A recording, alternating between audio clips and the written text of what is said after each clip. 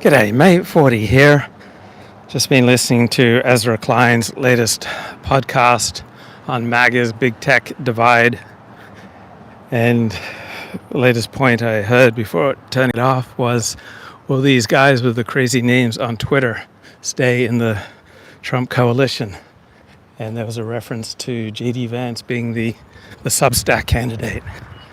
Right? There's a great deal of excellent new right thinking is available on Substack. Right? It's probably the primary place. You'll get references to it on X, but then the deeper new right thought is developed on Substack. And so I love this description of J.D. Vance as the Substack candidate. Steve Saylor is now on Substack. And I get about 10, 15 notifications a day from the 20-odd people that I'm following on Substack. And J.D. Vance is the first major political candidate in memory in the United States to refer to my people, referring to a specific subsection of Americans, those Anglos and Scots-Irish, who constitute the hillbillies of Appalachia. J.D. Vance wrote Hillbilly Elegy. That's his memoir, and it's a movie on Netflix. So he refers to a specific subsection of white Americans as my people. J.D. Vance followed a bunch of alt-right adjacent accounts, including Steve Saylor on the platform X. And right now he's the most viable, perhaps the only viable successor to Donald Trump to carry on the MAGA platform. Gotta tell you, I'm pretty shocked to find out that DeepSeek, this Chinese AI upstart, which has released an app which is supposedly the best or equal to the best of all AI applications out there, that it relied in large part upon stealing OpenAI's technology.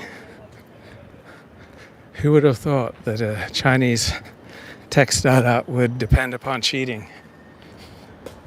It may be true that not everything that this Chinese tech upstart says is true. There may be some things going on here by way of deception and theft. And the extent to which DeepSeek has undermined hundreds of billions of dollars of American tech company value. So it probably undermined about $1 trillion worth of tech company value on Monday. But in retrospect now, looking back from the lofty heights of Thursday, I think that almost all that tech value will be regained as it is increasingly clear what DeepSeek has done. It has achieved things by theft. You can sell drugs as generics, right, by stealing patents.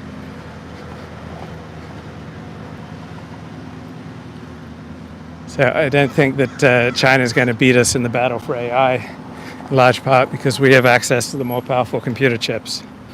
But it's a salutary shock to the system, DeepSeek. And probably the second most important story in the news compared to the Trump administration. So Democratic Senator Mark Kelly is complaining that the Trump administration is intimidating people through its ICE raids.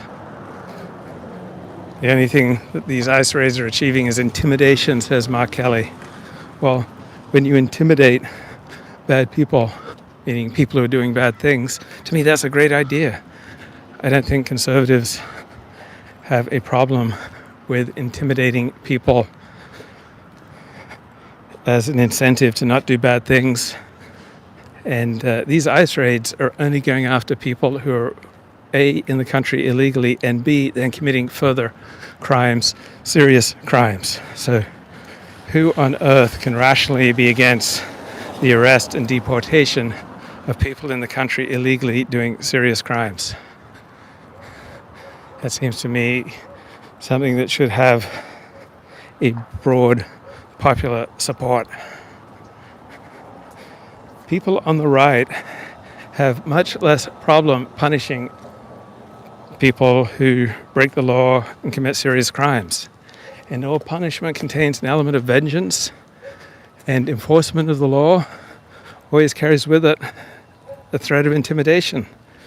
When I'm driving and I see a police officer, I check my speed and I slow down, make sure that I'm in alignment with the speed limit, and so that implies a degree of intimidation, right? I think you should be somewhat intimidated when your boss walks up, when your supervisor walks up, when someone with a gun walks by, right? You don't get into needless verbal altercations with people who have guns or with people who have the power to fire you and damage your professional path.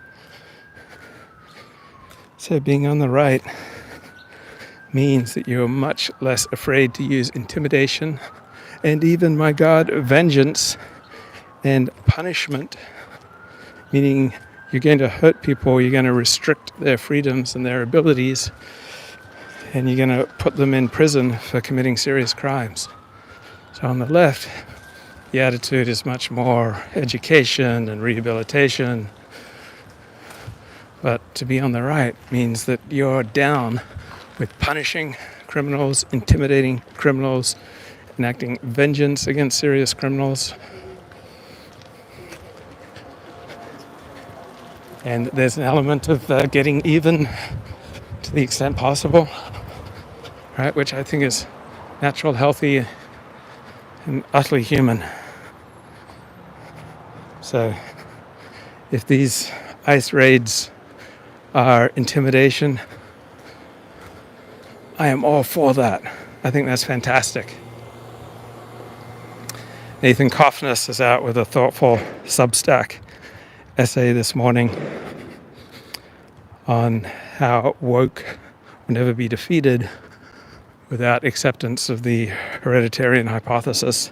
So what does woke mean? Woke means that there are protected groups that you may not publicly criticize because of the unjust oppression that they've received in the past. So the transgender, the gays, vulnerable minorities, right? People with protected status, you may not criticize them as a group, certainly not publicly. That's what woke means. You can't hold them accountable to the same standards that you hold everyone else accountable to, and then stigmatize, criticize, and intimidate them if they behave badly. And Coffness says, without the hereditarian argument, that people are born genetically predisposed with different gifts. And so we should make peace with inequality, that if you have diversity, you'll also have inequality, because different people have different gifts.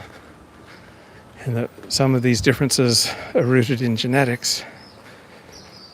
Coffness persuaded Amy Wax of this argument, and he is in an ongoing conversation with Christopher Rufo, the most effective political activist on the right that I can remember in my lifetime, along with Eric Hoffman, a heterodox right of center academic out of the United Kingdom,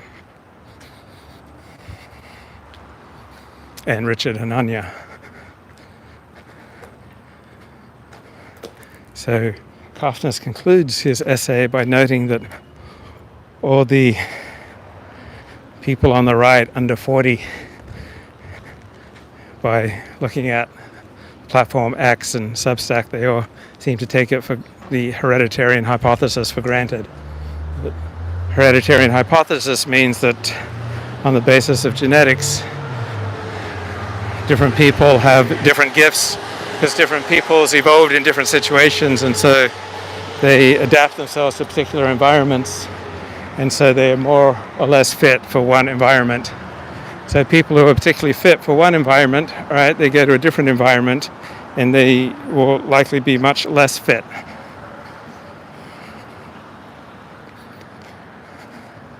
So on the one hand, Nathan Coffness seems to be carrying on a lonely crusade for the hereditarian hypothesis. On the other hand, he is being engaged with quite respectfully throughout the most influential right-wing intellectuals and activists, which is an excellent sign. And he's right. All the energy on X on the right comes from young people who take the hereditarian hypothesis for granted.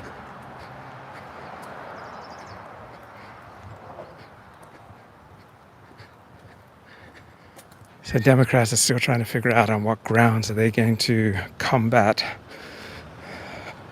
the Donald Trump onslaught and the rapidity and the vastness and the effectiveness of these Trump executive orders and Trump moves with regard to government are difficult for people to take in.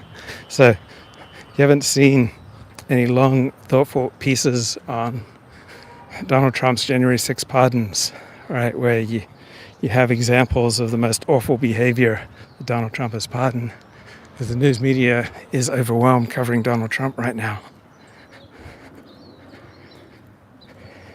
And unlike the first term, these executive orders and moves seem, on the whole, quite well calculated. Right, not perfect, right? Very slim, just a one-vote majority in the House of Representatives. Right, if they're gonna get something done, they have to get it done with one bill that, through reconciliation, can then be passed by the Senate.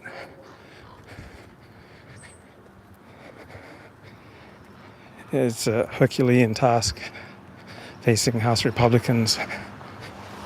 So the success of the Trump agenda will in large part rest on getting one bill agreed to by Republicans in the House of Representatives and then having the United States Senate sign off on it. So a lot of work to be done, many concerns.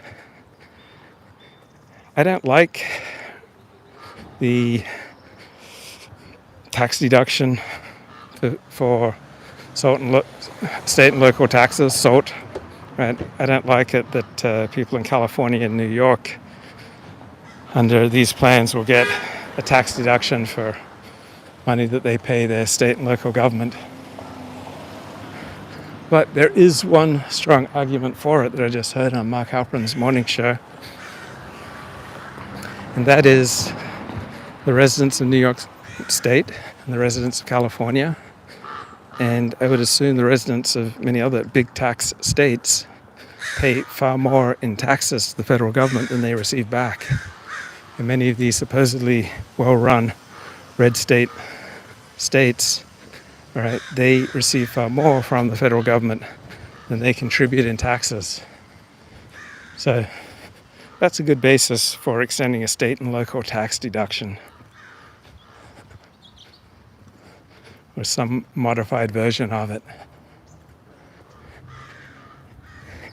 And so far, seeing very little elite support for Gavin Newsom, for Karen Bass, for democratic governance in Los Angeles in particular, with regard to the fires. Right? No one's trying to make the argument that Karen Bass has done a great job. Right? Instead, the LA Times is posting article after article about how there are all these warnings about fires and lack of sufficient water flow to the Palisades and the need for building out the Los Angeles Fire Department and getting broken fire department vehicles and trucks fixed, and nothing was done. So Rick Caruso has been particularly eloquent. LA has suffered a failure of leadership. Karen Bass, just like Joe Biden, just seems overwhelmed. She's 71. She does not seem up to the task, and almost nobody's defending her. So that's the dog that didn't bark. It's incredibly telling that out of the hundreds of smart Karen Bass voters who are successful and influential, they're not deploying their resources to protect and defend Karen Bass right now. So Right now, it looks like Karen Bass's political career is over. It looks like she would be recalled from office. It looks like Rick Caruso would probably sweep into power. And perhaps Rick Caruso just needs to decide, does he want to be mayor of Los Angeles or the governor of California? Because he seems well suited for either role.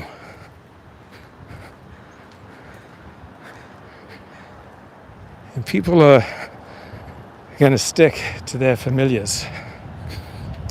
People will stick to their preferred political options until the performance of government is just so bad that they are forced to think a second time. And that's what's happening now for thousands of people in Los Angeles. Right? They recognize we cannot afford this low level of incompetence. And so the rage against incompetent government in Los Angeles and in California may well propel some kind of Rudy Giuliani-like figure to power. So New York City was overwhelmingly Democrat, but it voted in Rudy Giuliani for 2 times, and will likely get something similar in Los Angeles, perhaps California.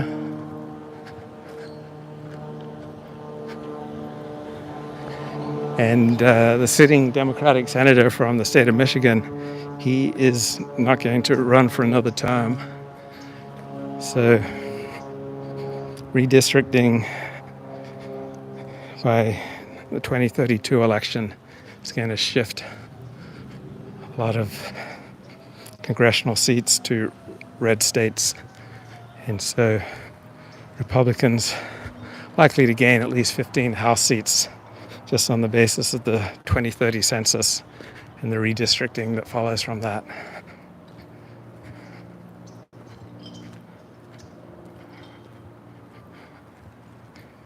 I was watching the PBS Frontline documentary on J.D. Vance and Tim Walz. Admittedly, I just skipped the Tim Walz section.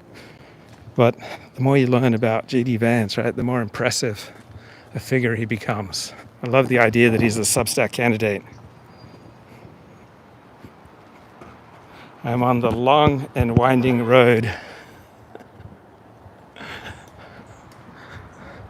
But Substack, once you develop a taste for Substack, right, it's hard to go back to the more careful op-eds that you find in the mainstream media, right, in the New York Times. So Russ Douthat remains a must-read. He does a great job of restating the most exciting, provocative, thoughtful, deepest, clearest essays on Substack. He restates them in the type of language that you can publish in the New York Times, and then he often links to them. But the intellectual energy right now is on the right. The intellectual energy is largely on Substack. I wish Elon didn't have such a disdain and a hatred and a wish to penalize links to Substack. But that's where the intellectual excitement is going, and the free, unfiltered, much more open conversation that's taking place on Substack. Right? It reduces your ability to enjoy mainstream media op-eds, just like once you develop a taste for the authenticity and the wide open discussion that you can find on live streams and podcasts, it's really hard to go back to the sound bites that you get when you try to watch Meet the Press or NBC Evening News.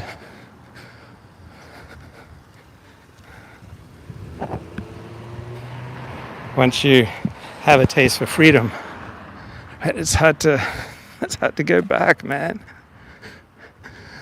Once you get the unfiltered hit of a live stream or a good podcast, or you read the unfiltered thinking of Nathan Kofnas, right? Once you get people's opinions that are so much closer to what they would say privately, than what they will put out there on PBS or in the Washington Post. How do you ever go back? Right? They said about American servicemen from, I think, small towns who had a taste of Paris, right? Once they've seen Paris, how will they ever go back?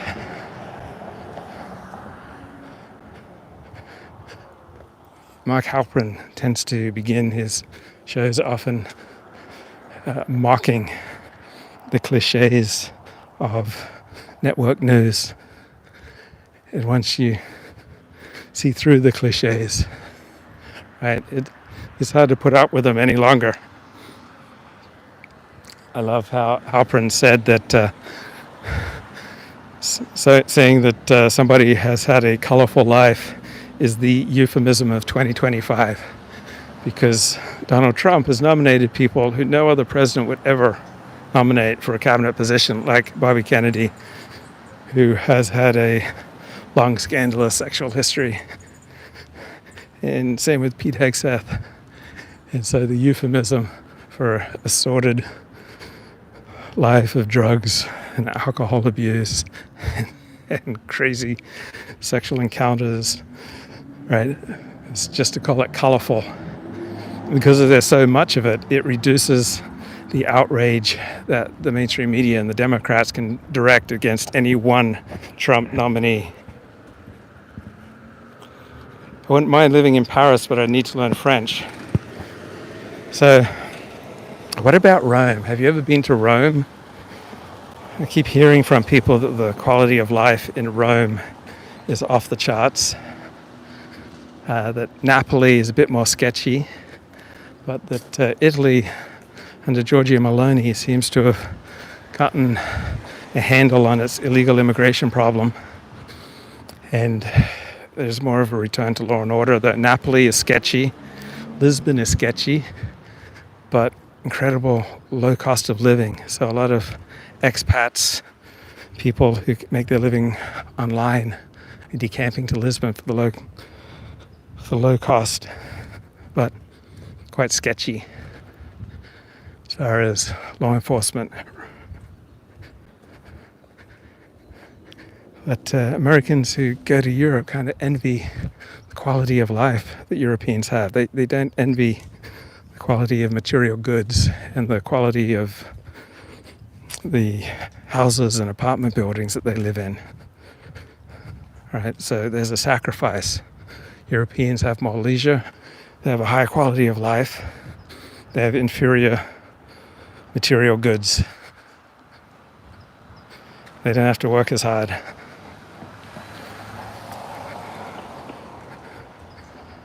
But the American dollar, the American economy is just continue to just kick the hell out of competing countries.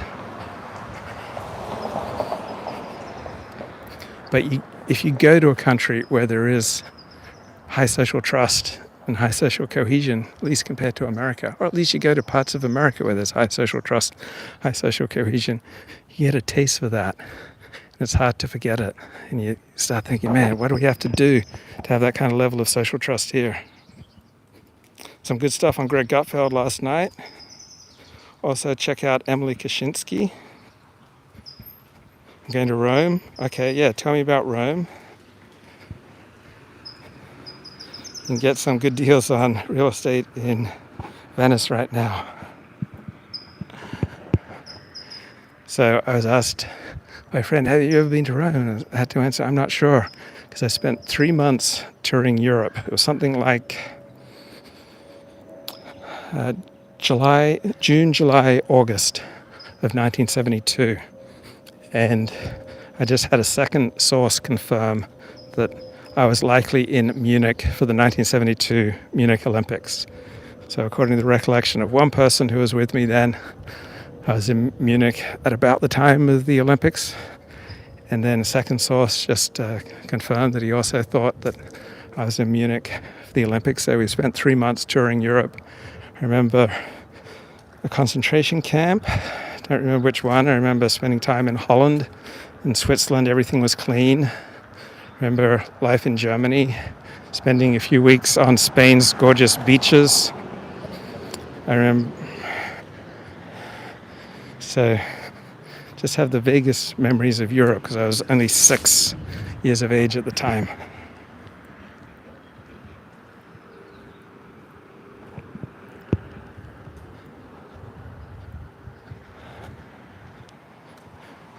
I'm watching a BBC series right now based on a Ben McIntyre book about the foundations of the SAS, the British Secret Service. It's called Rogue Heroes. Quite a bit of fun. First season is them fighting in North Africa. Second season, they're fighting in Italy. And in the second episode, there's condemnation of the mafia for being quite pragmatic, switching sides between the Allies and the Axis powers. And so I think anyone who is just a little bit more pragmatic than you, gives a little bit more due consideration to incentives than you do, you'll probably call them immoral. But anyone who is less pragmatic and less responsive to incentives than you, you just immediately call them out of touch, like stiff, reality resistant. Pragmatism, responding to incentives, not a bad thing. But at the same time, I recognize there are all sorts of advantages to signaling that you're a virtuous person who stands for right, no matter if the heavens fall, no matter if the incentives change, you will stay loyal. You believe in a transcendent moral code that comes from God. You're not going to sell out. So there are many pragmatic advantages to this kind of public virtue signaling obeisance to transcendent God-authored moral law. There are many pragmatic advantages to a public appearance of religiosity and fealty to some kind of transcendent universal moral code. Bye-bye.